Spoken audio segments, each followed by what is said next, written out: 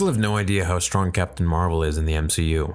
I know that Kevin Feige has told me that she's the strongest hero on the Avengers roster, and I know what I've seen.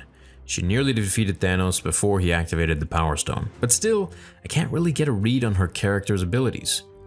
The reason is simple. For every scene where she effortlessly stomps a tough guy and shows how much stronger she is by comparison, there's another scene where she struggles with a Spider-Man level task.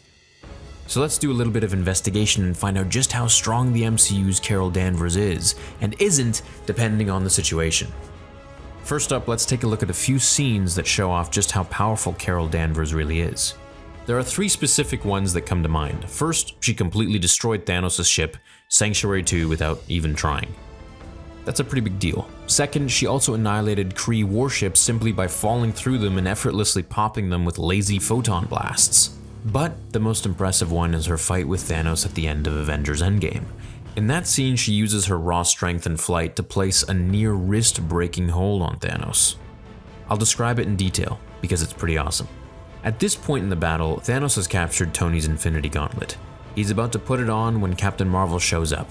She stomps on the back of his knee, lands a few clean punches along his jaw, dodges a few haymakers from Thanos, and all in all just makes the Mad Titan look like a chump. Thanos manages to toss her to the side and puts the gauntlet on his hand. Before he can snap away half the universe, Captain Marvel flies back into the action. She grabs his fingers and pries his fist open. Thanos tries to shut his hand but can't, so Captain Marvel is way too strong for that. Then Thanos tries the dirtiest trick in the book, the exact thing that was able to send Thor flying. He headbutts Captain Marvel, but instead of defeating her the same way he defeated Thor, Captain Marvel doesn't even react. She just stands up, then levitates, all while she's holding Thanos in a grip painful enough to make him yield to Marvel's every move. Again, she's flying at this point. She has no leverage over Thanos. She has no ground to provide friction. Her leverage is gone, and she's still able to force him down. She's still got Thanos' fingers in her hands, and she seems like she's about to deliver either a knockout blow to his chin or a few finger-cracking holds on his hand. But before she can make a move, Thanos pops the Power Stone out of the gauntlet and with his other hand punches Captain Marvel across the battlefield.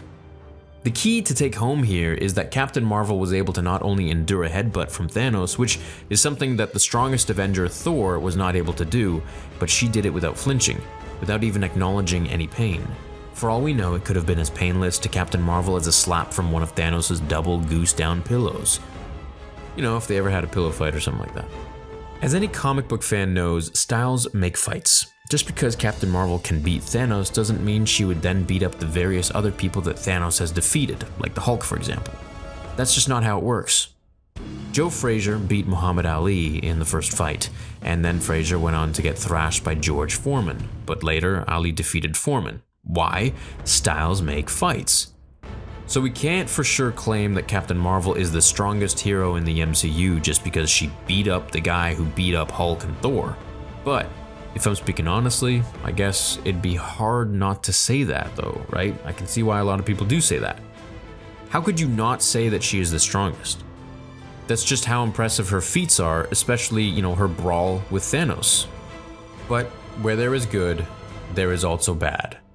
Captain Marvel's early outings showed that her powers, specifically her durability, might not be that great. There's something really important to clarify here.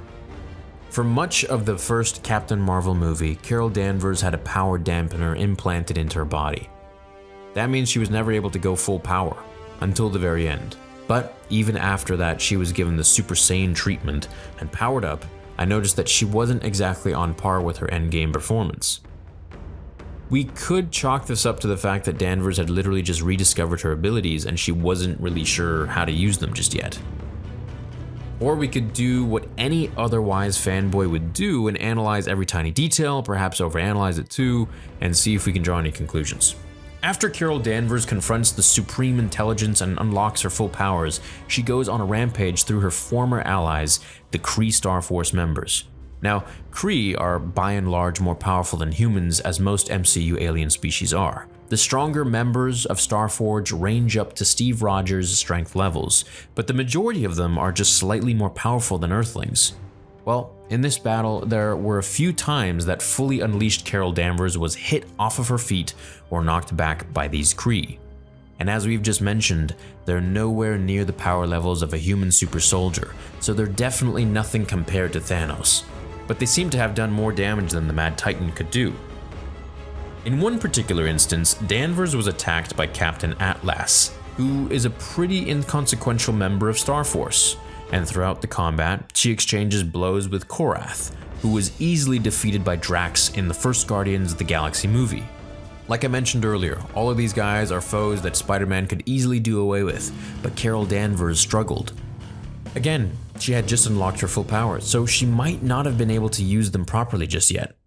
Still, durability isn't something that usually requires training when it comes to powers, and it's quite a leap between enduring a headbutt from Thanos and getting thrown to the ground by a basic Kree soldier. Moving forwards into the MCU, I don't imagine we'll see Carol Danvers ever portrayed as she was in the first Captain Marvel movie. That being said, I still can't quite place my finger on her power levels, and with her recent outings as the basis of my opinion, I'm going to say I'm cautiously and optimistically hoping that she'll be a Thanos power level hero moving forward, which only makes me wonder who will beat her next.